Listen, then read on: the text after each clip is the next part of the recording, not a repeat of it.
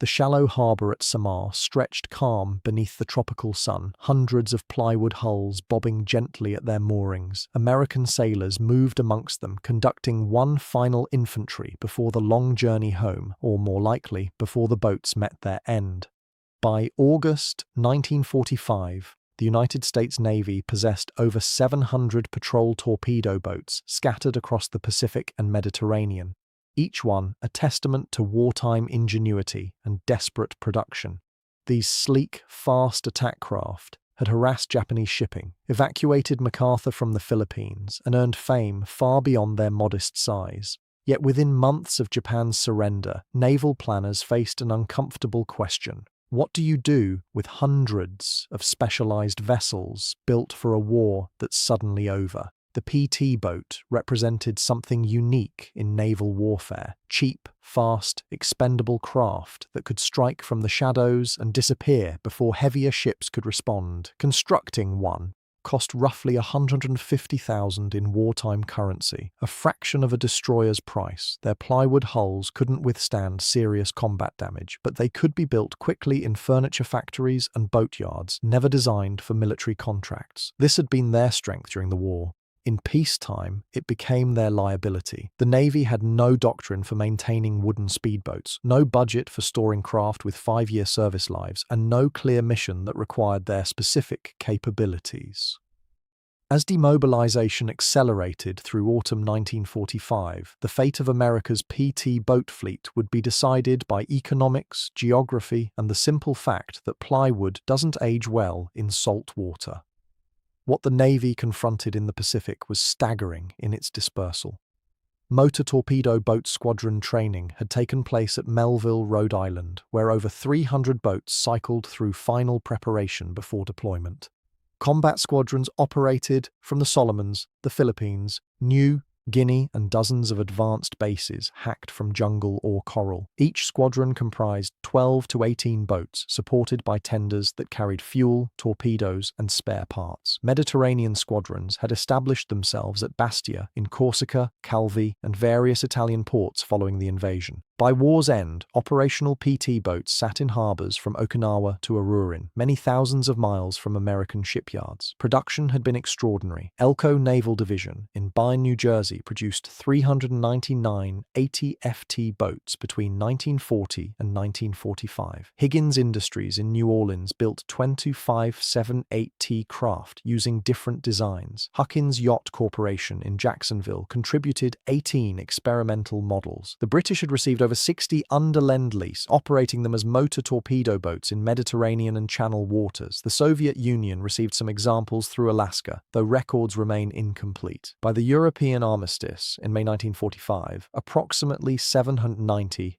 PT boats existed worldwide. The Japanese surrender in August left roughly 720 still afloat and technically operational, though many needed extensive maintenance after months of tropical service. The immediate challenge was geographical. Dozens of boats sat at Mios Wendy in Dutch New Guinea, where Squadron 33 had operated against Japanese barge traffic. Others remained at Samar in the Philippines, Renovar in the Solomons, and Tuligi, where early Solomon campaigns had been staged. Each location presented unique problems. PT boats couldn't cross oceans safely. Their plywood hulls and aircraft engines weren't designed for prolonged sea states. They required tenders for any journey beyond a few hundred miles. Moving them meant either shipping them aboard larger vessels or scrapping them where they sat. American priorities diverged sharply from British and Soviet approaches, though all three powers faced similar decisions. The United States operated the vast majority of PT boats, making the disposal question primarily an American concern. Britain's motor torpedo boats, including transferred American craft, clustered in Mediterranean and home waters. Most British boats were returned to the Admiralty for disposal by late 1945. The Soviet Navy, having received American examples, integrated some into coastal defense flotillas, whilst allowing others to deteriorate at remote northern bases. Unlike captured German or Japanese technology, PT boats offered little technical mystery. All Allied powers understood their capabilities and limitations perfectly. The race here wasn't to acquire technology, but to dispose of obsolete assets efficiently. The United States Navy's approach emerged from stark financial reality.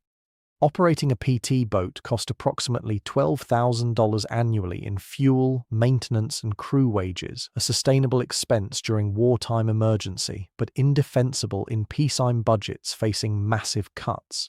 Admiral Jonas Ingram, commanding the Atlantic Fleet, ordered comprehensive evaluations of all PT boats in American waters by October 1945. The assessment was brutal. Most boats showed significant hull degradation, engine wear beyond economical repair, and equipment damage from prolonged combat operations. Plywood construction, advantageous for rapid wartime production, proved disastrous for long-term durability. Salt water had penetrated laminations, causing lamination and rot. Engine mounts had loosened from constant vibration. Torpedo tubes showed corrosion despite regular maintenance. Commander Motor Torpedo Boat Squadrons Pacific recommended immediate disposal of 80% of remaining boats. Transportation costs to American ports would exceed the vessel's residual value. Spare parts inventories maintained at enormous expense during the war were being liquidated rapidly. The 3 packed engines powering each boat had minimal civilian applications. Their high-performance characteristics made them unsuitable for commercial use. Military planners saw no scenario requiring PTB bow capabilities in the emerging Cold War. Soviet submarine threats would require deep-water anti-submarine vessels, not shallow-water attack craft. Coastal defense could be handled by aircraft and larger patrol vessels.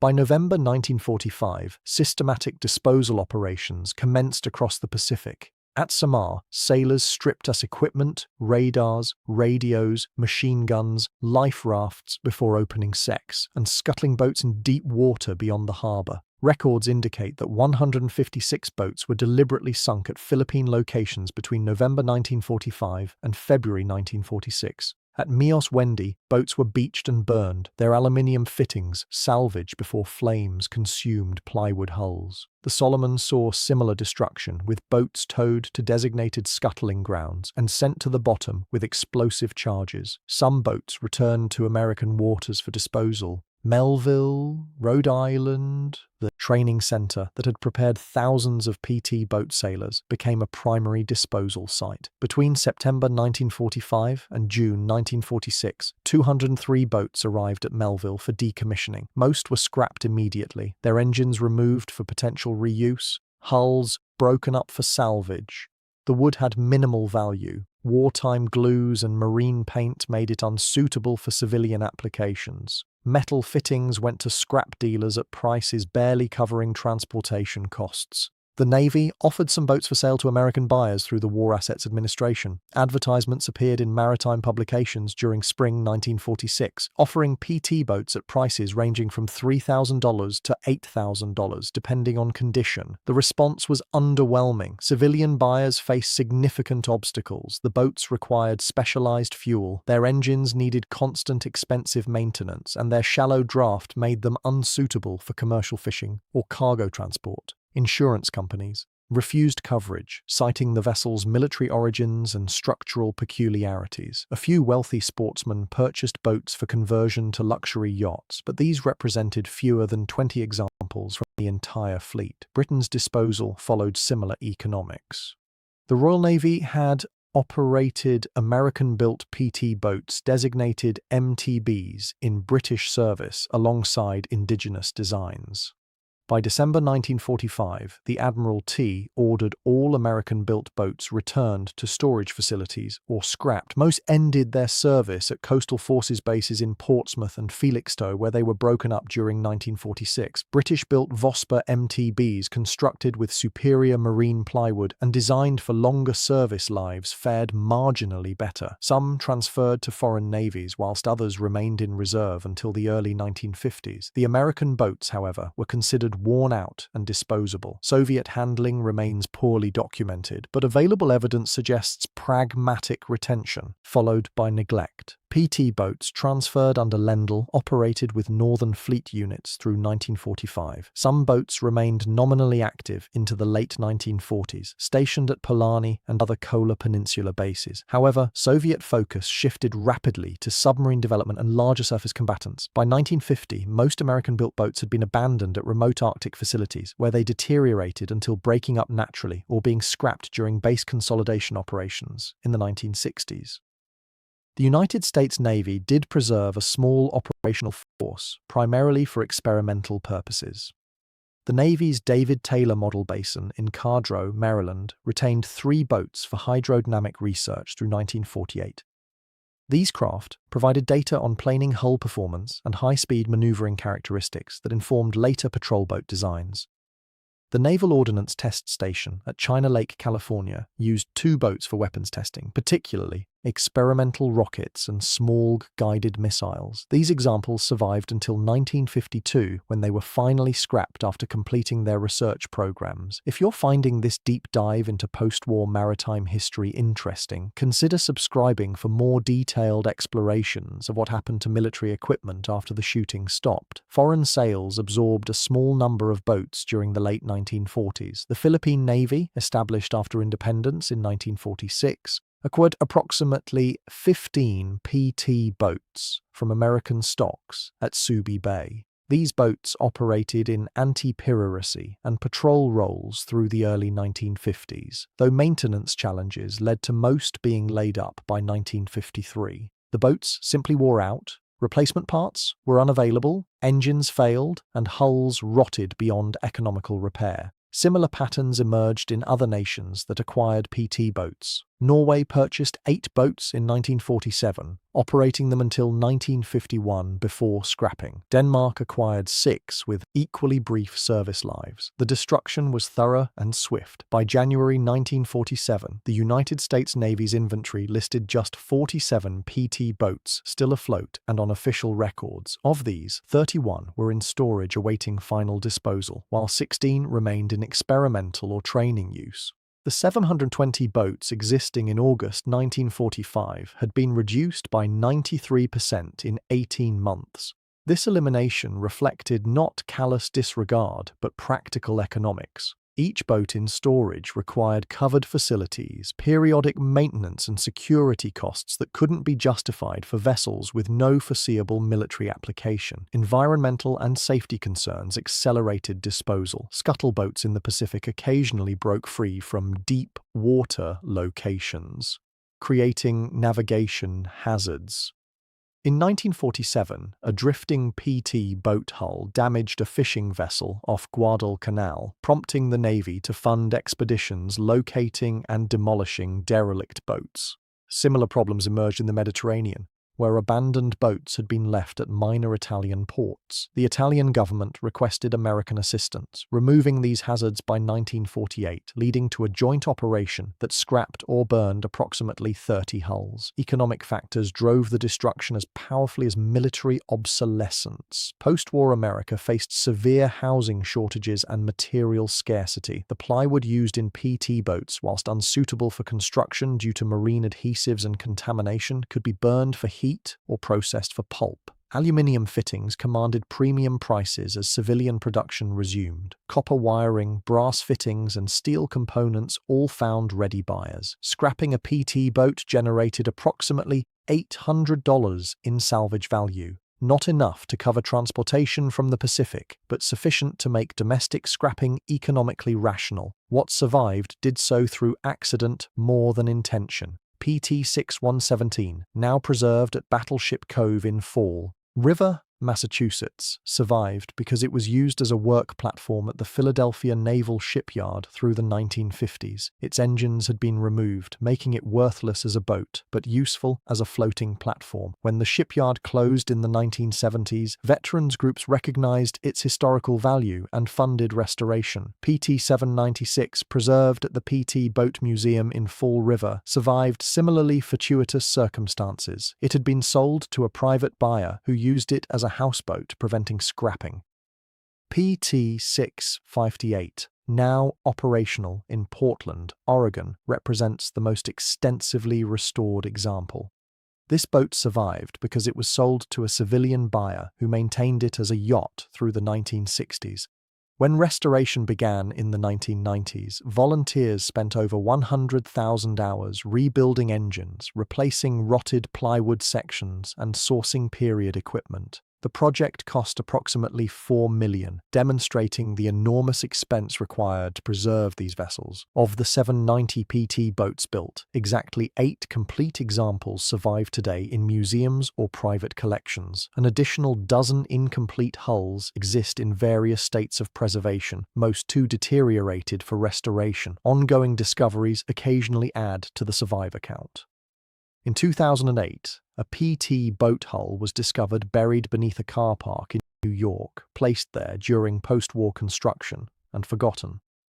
Archaeological investigation confirmed it as PT-728, though decades of soil pressure had crushed the hull beyond restoration. Similar finds occur periodically. A bow section used as a breakwater in the Philippines, a stern discovered during harbour dredging in Italy. These fragments underscore how thoroughly the boats were dispersed and destroyed. Preservation challenges remain formidable for surviving examples. Plywood deterioration continues even in museum conditions. Climate control costs run to tens of thousands annually for institutions maintaining PT boats. Original engines are impossibly rare. Most restored boats use reproduction engines built from original specifications at enormous expense. Torpedo tubes, radar equipment, and weapons mountings must be fabricated or sourced from scattered private collections. The PT-658 restoration required parts from 17 different countries assembled through decades of searching. The legacy of captured technology barely applies to PT boats. America built them, so no capture was necessary. However, the boat's influence post-war fast attack craft development significantly. The Soviet Navy's P-4 and P-6 torpedo boats developed in the late 1940s showed clear influence from captured American examples incorporating planing hulls and multiple engine arrangements. Norwegian, German, and British post-war fast attack craft similarly reflected lessons learned from PT boat operations. The concept, small, fast, heavily armed vessels for coastal warfare, persisted into the missile age, though steel and aluminium replaced plywood.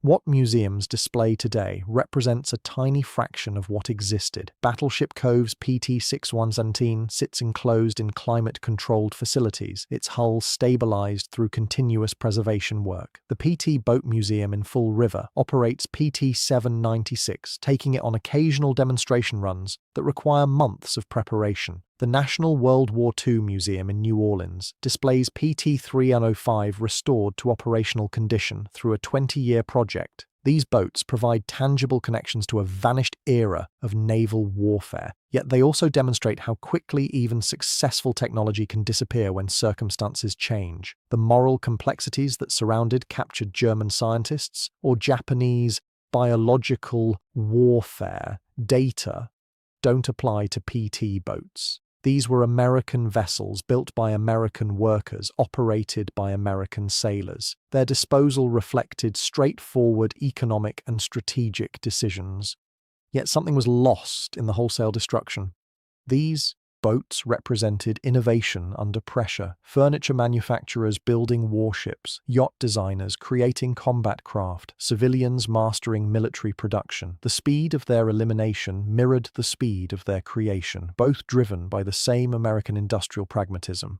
The Pacific waters that once hosted hundreds of PT boats now contain scattered wrecks slowly being consumed by marine growth and corrosion.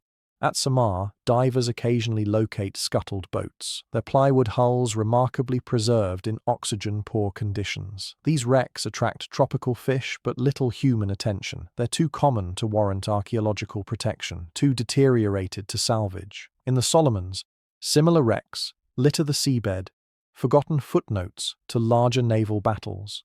The transition from essential weapon to disposable surplus occurred with remarkable speed. In June 1945, PT boats represented critical strike capability against Japanese coastal shipping. By June 1946, they were obsolete relics being burned on tropical beaches. This transformation reflected broader patterns of military demobilization, the rapid pivot from total war to peacetime economy. But it also revealed how specialized equipment designed for specific circumstances loses all value when those circumstances vanish. What remains in museums today serves less as a technological reference than as a memorial to the sailors who operated these vessels. The boats were never particularly advanced. Plywood speedboats with torpedoes represented practical expedience rather than cutting-edge engineering. Their historical significance lies not in technical innovation, but in their operational record. MacArthur's evacuation, Kennedy's survival, countless night actions against Japanese barges. The 8 surviving boats preserve these stories more than they preserve technology. The race to secure these boats never materialized because no race was necessary. Unlike German jets or Japanese submarines, PT boats held no secrets worth pursuing. Every Allied power could build equivalent craft if needed. The post-war question wasn't who would control the technology, but whether anyone would bother maintaining it. The answer was decisively negative. Economics, strategic irrelevance, and material deterioration combined to eliminate 99% of the fleet within 5 years of war's end. Standing before PT-617 at Battleship Cove today, visitors see a pristine example of wartime ingenuity. Sleek lines, powerful engines, torpedo tubes ready for action. What they can't see are the hundreds of identical boats scuttled at Samar, burned at Mios Wendy, or scrapped at Melville. The preservation of a few examples required extraordinary effort and expense, undertaken decades after most boats had vanished. The ease with which America disposed of over 700 combat vessels reflects both the scale of wartime production and the ruthless efficiency of peacetime economics. The PT boats raced into history during the war, then raced out of existence just as quickly when the war ended. If you found this video insightful, watch what happened to German E-boats after World War II next. It explores how Germany's fast attack craft faced capture by all 3 Allied powers, with examples scattered across British, American, and Soviet hands, leading to decades of competitive testing and Cold War development. Like this video, subscribe, and hit the bell for more. Thanks for watching.